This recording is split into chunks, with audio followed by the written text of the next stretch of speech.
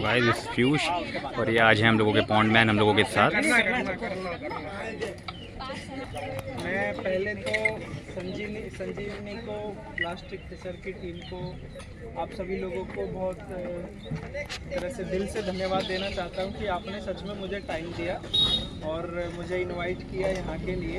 मैं देख रहा हूँ सच में आप बहुत अच्छा काम कर रहे हैं, उसके लिए आपको बहुत बहुत बधाई। मैं आपकी कैटेगरी का ही लोग हूँ। आपकी जब मैं कैटेगरी की बात कर रहा हूँ तो मतलब सफाई वाले लोग, है ना। तो हम भी मैं भी आपकी तरह सफाई वाला हूँ और ये अपने आप में बहुत बड़ी उपलब्धि है ना। क्योंकि जब हम सफाई वाला वर्ड सुनते हैं तो हमें वो वाले भैया याद आते हैं जो सुबह सुबह गाड़ियों में आते हैं, है ना। लेकिन वो एक बहुत बड़ी उपलब्धि है हमारे लिए। हम एटलीस्ट गंदगी वाले लोग से हटके हमने एक अपनी नई पहचान बनाई है, सफाई वाले। और जब भी हमको ऐसा कोई बोले तो वी शुड फील प्राउड कि हम सफाई वाले लोग हैं। और कितने सारे लोग यहाँ तो हो सकता है हम उसके साथ हो सकता है इन पैरेलल वर्ड हम गंदगी करने वाले लोग भी हैं, क्योंकि हम भी तो चीज़ें कंज्यूम करते ही है। चिप्स तो ऐसा नहीं है हम में से कोई ऐसा हो कि नहीं खाता हो, कुरकुरे ना खाता हो, कोल्ड ड्रिंक ना पीता हो सकता है एक दो ना यूज बचा हो, लेकिन हमारा भी तो वेस्ट कहीं ना कहीं जाता ही है। तो आपने सुना होगा सस्टेनेबल वर्ड आपने सुना है।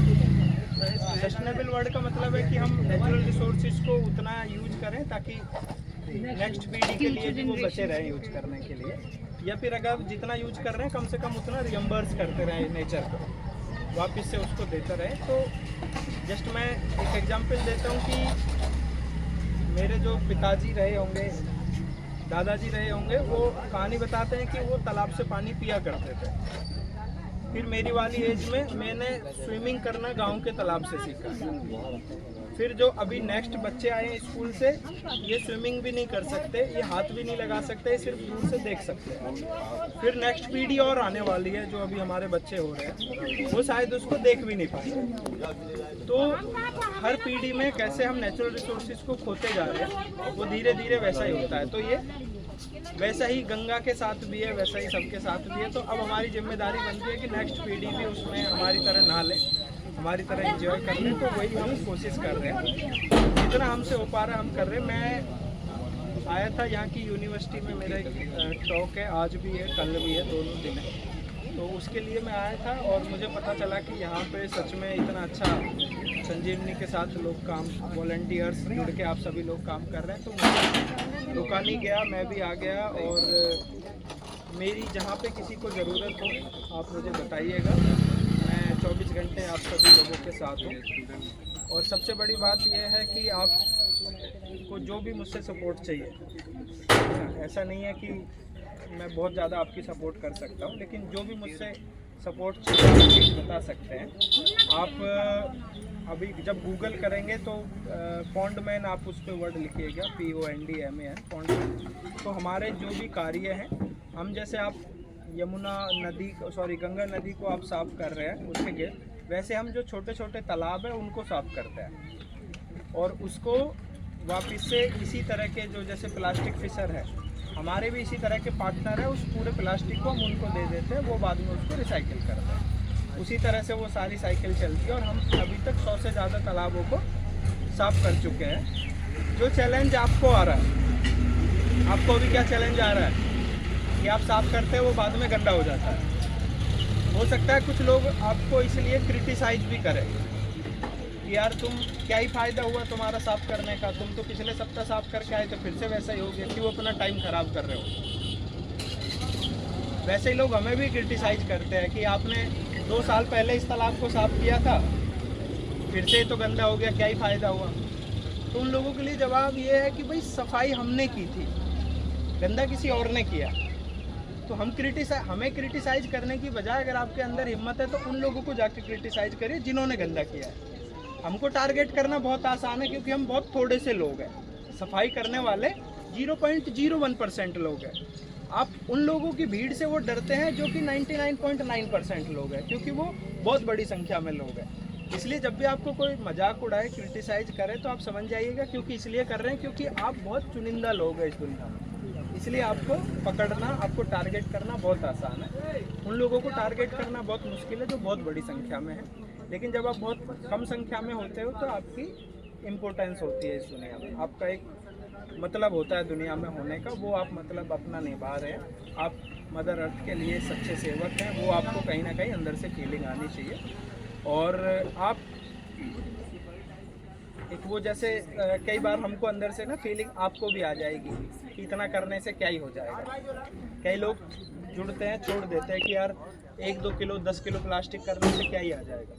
तो वो आपने बहुत कई बार वो कहानी सुनी होगी, वो गिलहरी वाली, अगर है ना, बच्चों ने भी कई बार लोग उसको सुना देते हैं, है ना।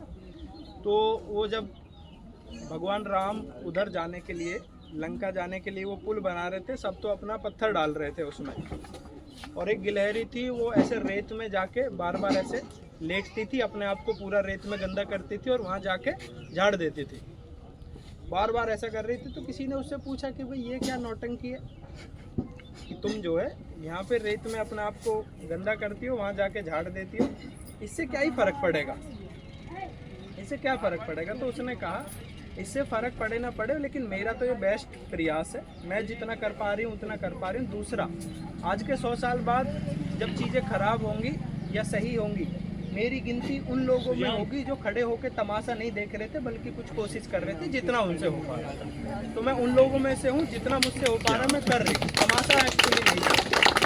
वही आप उन लोगों में से हैं जो एक्चुअली कर रहे हैं, तमाशा नहीं देख रहे। तो और दूसरा, जब आपके अंदर मन में भाव होता है ना तो चेंज भी होता है। मैं आपको एक कहानी सुनाता हूँ।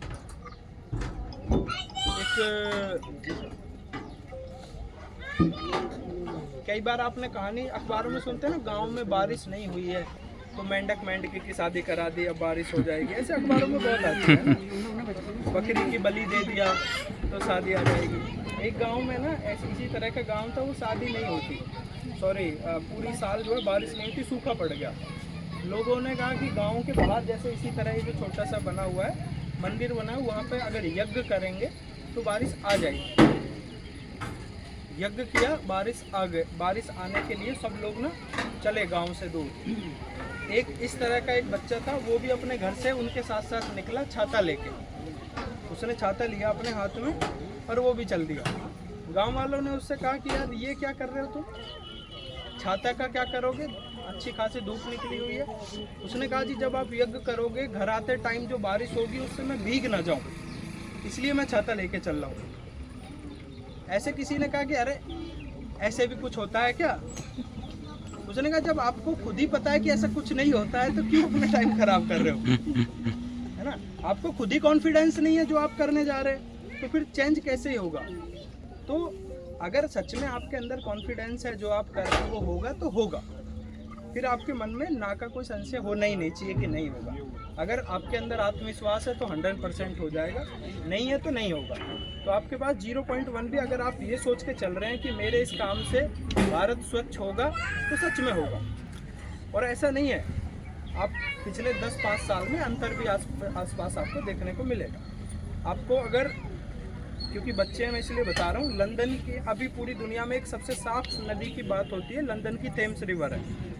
अब जब उसके बारे में पढ़ेंगे तो थेम्स रिवर आज के लिए वो दुनिया के लिए बेंचमार्क है, कितनी साफ रहती है। आप उसकी हिस्ट्री जाके पढ़िए, हिस्ट्री जाके पढ़ेंगे तो 1970s में और 80s में वो इतनी गंदी रिवर थी, इतनी गंदी रिवर थी कि जो वहाँ का संसद पार्लियामेंट है उसकी कार्रवाई को रोकना पड़ा था, क्योंकि जितने मेंबर ऑफ पार्लियामेंट जिनको हम संसद कहते हैं वो बदबू के कारण वहाँ बैठ नहीं पा रहे थे। उसमें आग भी लग जाती थी, आग लग जाती थी नदी में, क्योंकि इतने फ्यूम थे, इतने प्लास्टिक थे, इतना कचरा था उसमें, बदबू इससे 100 गुनी गंदी। आज वही नदी पूरी दुनिया के लिए सबसे साफ नदी में जाना जाता है, क्योंकि उसका एक कारण है। उसका कारण यह है कि जैसे जब वहाँ पे डेवलपमेंट चल रहा था, जब वहाँ पे इंडस्ट्रियलाइजेशन चल रहा था, तो उन्होंने पर्यावरण को, साफ सफाई को साइड में रखा था। इसको बाद में देखेंगे, पहले देश को विकसित कर लेते हैं। फिर जैसे एक बार विकसित हुआ, फिर उन्होंने सारा काम छोड़ के उसको देखा और आज दुनिया की सबसे साफ नदी बन गई है। अभी हमारे सामने भी पिछले कई डिकेड्स में ये चैलेंज था कि लोगों को कैसे रोटी कपड़ा मकान कैसे दे पाए, वही सबसे बड़ा चैलेंज है भारत सरकार के लिए। इसलिए इन सारी चीज़ों को साइड में रखा गया था, ये आपको भी पता है, सबको पता है, ध्यान ही नहीं दिया गया। लेकिन अब आज अगर बच्चे यहाँ पे खड़े हैं, मैं यहाँ पे खड़ा हूँ, प्लास्टिक की बात कर रहा हूँ, सॉलिड वेस्ट की बात कर रहा हूँ, स्वच्छ भारत अभियान की बात कर रही है, नमामि गंगे की बात कर रहे हैं, ये कहीं ना कहीं इंडिकेटर है। ये इंडिकेटर है कि अब हम रोटी कपड़ा मकान से निकल के अपनी सही डायरेक्शन पे आने लगे हैं हम भी, और देखना एक दिन आपको बहुत अच्छा बदलाव देखने को मिलेगा। ये हमारा इंडिकेटर है और ये उस बदलाव के आप भागीदार रहेंगे। मैं फिर से आप सभी लोगों को धन्यवाद देना चाहता हूँ, आपने मुझे बुलाया। मेरा आपको कोई भी सहयोग चाहिए, you are most welcome. Thank you so much. Thank you so much भैया हमें ज्वाइन करने के लिए। और अब हम ग्रुप फोटो के लिए उस साइड थोड़ा सा, उस साइड पलट जाइए बस।